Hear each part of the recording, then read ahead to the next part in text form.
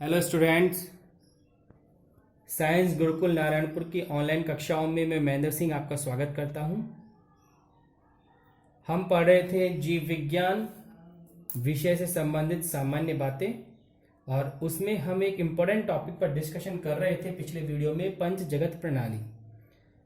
जिस प्रणाली के हिसाब से जितने भी सजीव है प्रकृति में उन्हें कितने जगतों में बांटा गया है, 5 जगतों में, जिसमें भी पहला जगत था जगत मोनेरा। मोनेरा के अंदर हमने जिक्र किया था जीवाणुओं का, उसके अंदर हमने जिक्र किया नीलहरी शैवालों का। अब दूसरा जगत प्रोटिस्टा। प्रोटिस्टा जगत की खास बात, मोनेरा में हमने पढ़ा वो सदस्य आते हैं जिनका शरीर कैसा है, एक कोशिकीय। सेम ऐसे ही प्रोटिस्टा के सदस्यों का भी शरीर एक कोशिकीय है, अर्थात इनके शरीर में कितनी कोशिकाएं पाई जाती है, एक कोशिकीय सदस्यों का मतलब जिनका शरीर एक कोशिका से मिलकर बना हुआ है। ऐसी ही खासियत मोनेरा की भी थी, लेकिन मोनेरा में हमने पढ़ा वो सदस्य आते हैं जिनका शरीर एक कोशिकीय होता है प्लस जो प्रोकैरियोटिक होते हैं। लेकिन प्रोटिस्टा में वो सदस्य आएंगे जो एक कोशिकीय हैं और यूकैरियोटिक। यूकैरियोटिक शब्द हमने हमारे शुरुआती वीडियो में खोला था, जिसको हिंदी में बोलते हैं ससीम केंद्रकी। इस शब्द का मतलब ये होता है कि ऐसी कोशिका जिसके केंद्रक पर केंद्रक झिल्ली होती है, अर्थात इसका चित्र अगर बनेगा तो इसका चित्र कुछ ये बनेगा। इसमें ये कोशिका झिल्ली और ये केंद्रक झिल्ली। तो यूकैरियोटिक कोशिका का मतलब ऐसी कोशिका जिसके केंद्रक पर केंद्रक झिल्ली उपस्थित होती है। तो देखो दोनों में क्या अंतर बना। मोनेरा के वो सदस्य हैं जिनका शरीर एक कोशिकीय और प्रोकैरियोटिक है। प्रोटिस्टा के वो सदस्य हैं जिनका शरीर एक कोशिकीय और यूकैरियोटिक है। प्रोटिस्टा जगत के अंदर जो सदस्य आते हैं उनमें आप लोगों के लिए जो जाना पहचाना नाम है वो है अमीबा। प्रोटिस्टा के अंदर एक समूह आता है प्रोटोजोआ। इस प्रोटोजोआ समूह का सदस्य कौन है, अमीबा। एक और जंतु जो इस समूह का है और आपके लिए जाना पहचाना है, युगलिना। युगलिना नाम मैंने इसलिए यूज किया क्योंकि युगलिना के साथ एक खास बात, हमने पिछले वीडियोस में 2 शब्द पढ़े, स्वपोषी और विषमपोषी। ये दोनों शब्द हमने पिछले वीडियो में सॉल्व किए हैं, एक बार दोबारा बात कर ले। स्वपोषी वो सजीव है जो अपना पोषण स्वयं तैयार कर सकते हैं। विषमपोषी वो सजीव है जो अपना पोषण स्वयं तैयार नहीं कर सकते हैं। इसके एग्जाम्पल थे पादप और इसका एग्जाम्पल थे जंतु। अब जिसका हम जिक्र कर रहे हैं युगलिना। युगलिना एक ऐसा सदस्य है जो प्रकाश की उपस्थिति में तो स्वपोषी जैसा काम करता है, अर्थात प्रकाश की उपस्थिति में तो अपना पोषण तैयार कर देता है, लेकिन प्रकाश की अनुपस्थिति में ये कैसा हो जाता है, विषमपोषी, अर्थात ये शिकार करके या दूसरे जंतु को मार करके अपना पोषण प्राप्त करता है। तो इसका मतलब युगलिना जो है कहीं ना कहीं पादप का जैसा गुण भी रखता है और जंतु के जैसा गुण भी रखता है। इसलिए कुछ बुक्स के अंदर युगलिना को पादप और जंतु के बीच की क्या मानते हैं, योजक कड़ी। और ये क्वेश्चन बड़े एग्जाम्स के लायक है। योजक कड़ी इसलिए बोला है क्योंकि इसमें पौधे के गुण भी है और जंतु के गुण भी है। तो युगलिना जो है वो जगत प्रोटिस्टा का ही सदस्य है। और देखिए जगत प्रोटिस्टा में एक और नाम आपके लिए सुना हुआ है, पैरामीशियम। पैरामीशियम भी इसी समूह का सदस्य है। प्लाज्मोडियम, ये नाम तो आपने जीके की क्वेश्चंस में अक्सर सुना होगा। प्लाज्मोडियम के साथ एक जीके का सवाल है, कोई आपसे पूछे मलेरिया रोग कौन उत्पन्न करता है। मलेरिया बीमारी जो आपने सुनी होगी जिसमें बुखार होता है, मलेरिया रोग जो है उसका उत्पन्न होने का कारण कौन है, प्लाज्मोडियम। तो स्टूडेंट्स, पंच जगत प्रणाली में जगत प्रोटिस्टा दूसरा जगत। तीसरा जगत जो आता है वो आता है जगत फंजाई।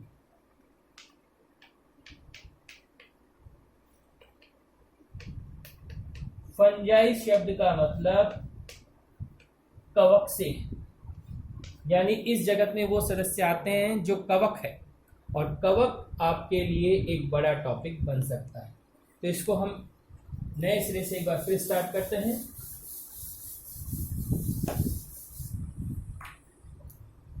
जगत कवक।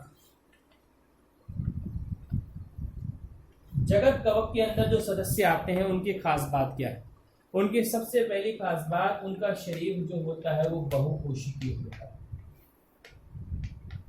तो अभी तक हमने दो जगत पढ़े हैं, दोनों के सदस्य कैसे हैं? एक कोशिकीय। लेकिन ये पहला ऐसा जगत है अभी जो बहुकोशिकीय शरीर रखता है। दूसरी बात, इसमें जो सदस्य आते हैं वो किस टाइप के होते हैं? यूकैरियोटिक, अर्थात इनके केंद्रक पर केंद्रक झिल्ली होती है। एक और खास बात, इस समूह के जितने भी सदस्य हैं वो इस टाइप के होते हैं। ये वर्ड अभी मैंने यूज किया, विषमपोषी, अर्थात ये अपना पोषण स्वयं तैयार नहीं करते, बल्कि ये पोषण जो प्राप्त करते हैं वो दूसरे सजीवों से प्राप्त करते हैं। दूसरे सजीवों से पोषण प्राप्त करने के तरीके अलग अलग हो सकते हैं, जिस पर हमने कभी जीवाणु में बात भी की थी। जैसे दूसरे सजीवों से पोषण प्राप्त करने वाले कुछ सदस्य तो ऐसे होते हैं जो मरी या सड़ी गली वस्तुओं से पोषण प्राप्त करते हैं। कुछ सदस्य ऐसे होते हैं जो दूसरे सजीवों के साथ रहकर और उनको फायदा पहुंचाकर अपना जीवन यापन करते हैं। कुछ सदस्य ऐसे भी होते हैं जो दूसरे सजीवों के साथ तो रहते हैं पर उन्हें नुकसान पहुंचाते हैं। और कवक इस तरह की भी होती है, कवक इस तरह की भी होती है, और कवक इस तरह की भी होती है। जैसे देखिए, मैं आपको कुछ सामान्य उदाहरण देके बताता हूँ जिससे आपको मेरी बात बिल्कुल क्लियर हो जाएगी। आपने एक शब्द सुना होगा, मशरूम। बरसात के दिनों में अक्सर गोबर या कचरे के ढेर के आसपास मशरूम दिखाई देती है। मशरूम की बनावट कुछ ऐसी होती है जिसको हम सामान्य भाषा में छतरी कहते हैं। मशरूम एक कवक है, और ये कवक कैसी है? मृतोपजीवी। क्योंकि अगर इस कवक को हम ध्यान से देखें तो ये हमें केवल उसी स्थान के आसपास मिलेगी जहाँ गंदगी होगी। तो सड़ी गली वस्तु या गंदगी जहाँ पर है वहाँ मशरूम आसानी से उगाई जा सकती है। तो मशरूम पोषण ग्रहण करने के आधार पर कैसी टाइप की है? मृतोपजीवी टाइप की। परजीवी के उदाहरण, आपने अचार के ऊपर या सब्जियों के ऊपर आपने बूफन देखा होगा। बूफन मतलब जो सफ़ेद रंग के झागदार संरचना है, वो संरचना भी क्या है? कवक ही है, जिससे हमारी भोजन सामग्री क्या हो जाती है? खराब हो जाती है। तो कवक जो है पोषण के हिसाब से इस तरह के हैं, और उसमें भी इन सब तरह के कवक पाए जाते हैं। कवक की और ख़ास बात देखिए, जो सबसे मेन इसका छोटा क्वेश्चन निकाल सकती है, कवक का शरीर हमेशा छोटे छोटे इनसे मिलकर बना होगा, कवक तंतुओं से मिलकर बना होगा। जैसे कवक के शरीर की बनावट जब भी हम देखेंगे तो ऐसे आड़े तिरछे जाल जैसी संरचना होगी। जाल बोला है तो कोई फिक्स आकृति उसकी नहीं होगी। तो कवक के छोटे छोटे तंतु मिलकर क्या बनाते हैं? एक जाल बनाते हैं जिसको बोलते हैं कवक जाल। और ये कवक के शरीर की बनावट की सबसे खास बात है। इसका शरीर छोटे छोटे तंतुओं से मिलकर बना हुआ है, तंतु आपस में मिलकर जाल बनाते हैं, और इस जाल से पूरा जो कवक है उसका शरीर बना होता है। एक खास बात और, कवक के जो तंतु होते हैं वो या तो इस टाइप के होते हैं, एक केंद्र की, या इस टाइप के बहुकेंद्र। जैसे कवक का शरीर या तो पटहीन हो सकता है या पटयुक्त हो सकता है। यहां से अक्सर छोटे क्वेश्चन निकलते हैं, मैं आपको बताऊं। जैसे मान लो ये कवक का तंतु है,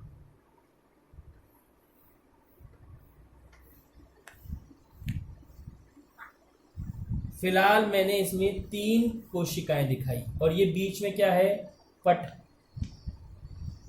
अब अगर पट युक्त है, इसका मतलब इनमें पट प्रेजेंट है, उपस्थित है। तो देखो एक कोशिका में कितना केंद्रक हुआ? 1।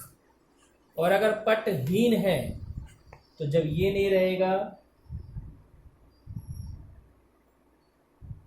तो पटहीन स्थिति में अब देखो एक कोशिका में कितने केंद्रक है? अनेक। एक से ज्यादा है तो बहुकेंद्रक की। तो कवकों की खास बात होती है, कवक में पट हो भी सकते हैं और नहीं भी हो सकते हैं। इस आधार पर कवकों का शरीर एक केंद्र की भी हो सकता है, बहु केंद्र की भी हो सकता है। तो कवकों की अगर आपसे कोई विशेषताएं पूछे तो कवकों की विशेषताओं में आप इन बातों का जिक्र कर सकते हो, जिनमें आप जिक्र करेंगे कवकों का शरीर तंतुओं से मिलकर बना हुआ है, जाल से मिलकर बना हुआ है, पट हो भी सकता है, पट नहीं भी हो सकता है, एक केंद्रक भी हो सकता है, एक से अधिक केंद्रक भी हो सकता है। इसके अलावा कवक जो है मृतोपजीवी टाइप के भी है, सहजीवी टाइप के भी है, परजीवी टाइप के भी है।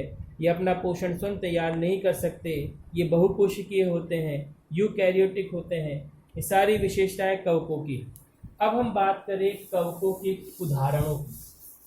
जैसे कवक का जब भी उदाहरण की बात आती है तो एक उदाहरण आप सबके दिमाग में आना चाहिए, यीस्ट। यीस्ट सबसे ज़्यादा काम में आने वाले कवकों में से एक है, जिसका जिक्र आपने कहीं 10वीं तक किया भी होगा। यीस्ट जो है वो मेन कहाँ काम आता है? यीस्ट मेन काम आता है शराब उद्योग में। शराब उद्योग में यीस्ट की उपस्थिति में शराब या अल्कोहल तैयार की जाती और ये तैयार करते हैं ग्लूकोज से। इस समीकरण का जिक्र आपने 10वीं तक किया होगा अवायवीय या अनॉक्सी शोषण में, जहां ऑक्सीजन की अनुपस्थिति में ग्लूकोज को तोड़ा जाता है और ग्लूकोज को तोड़ के क्या बनाया जाता है? Ethyl alcohol.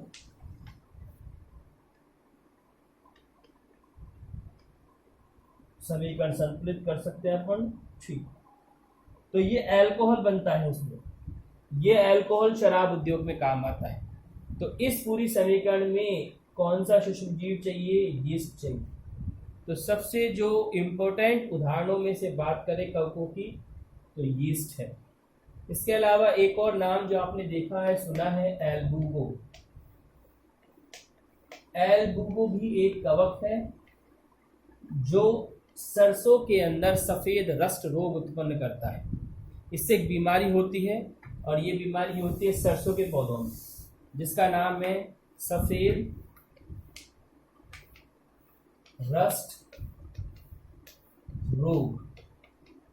ये आप कैसे देखेंगे? मान लीजिए आपने सरसों अपने खेतों में होती है, आपने देखा होगा सरसों के अंदर पत्ती, और पत्ती में बीज जो खपोले से पड़ जाते हैं, फट सी जाती है पत्ती और उस पर सफेद सफेद चूर्ण बिखरा होता है।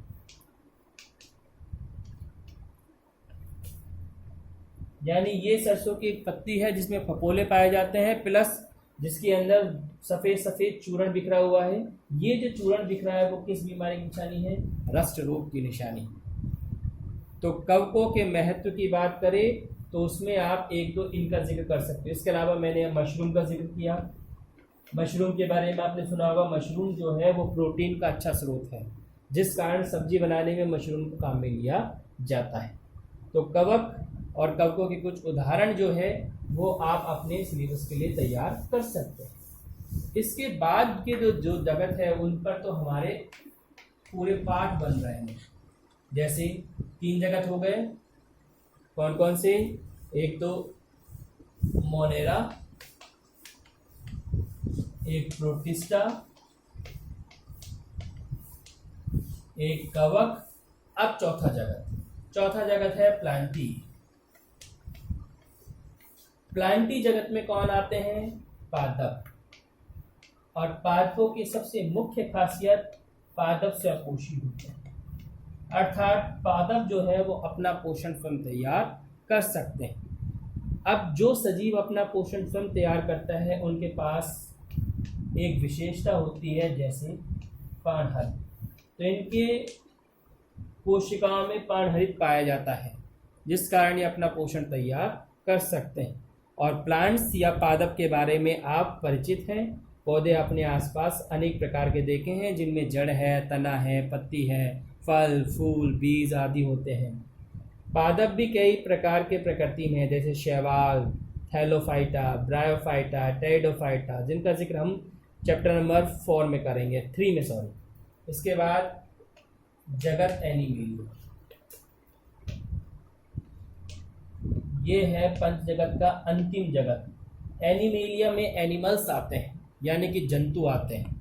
और जंतुओं की आपने एक विशेषता पढ़ी है, जंतु जितने भी होंगे वो विषम पोषी टाइप के होंगे, अर्थात जंतु अपना पोषण स्वयं तैयार नहीं कर सकते शरीर में, इन्हें पोषण प्राप्त करने के लिए कहीं ना कहीं किन पर निर्भर रहना पड़ता है, पादपों पर निर्भर करना पड़ता है। और जंतुओं के अंदर ही कौन आता है, मानव। तो स्टूडेंट्स, ये थी पंच जगत प्रणाली के अंदर उपस्थित विभिन्न प्रकार के जगत और उनमें आने वाले कुछ महत्वपूर्ण सदस्य। अगले वीडियो में हम नेक्स्ट टॉपिक पर डिस्कशन करेंगे। धन्यवाद।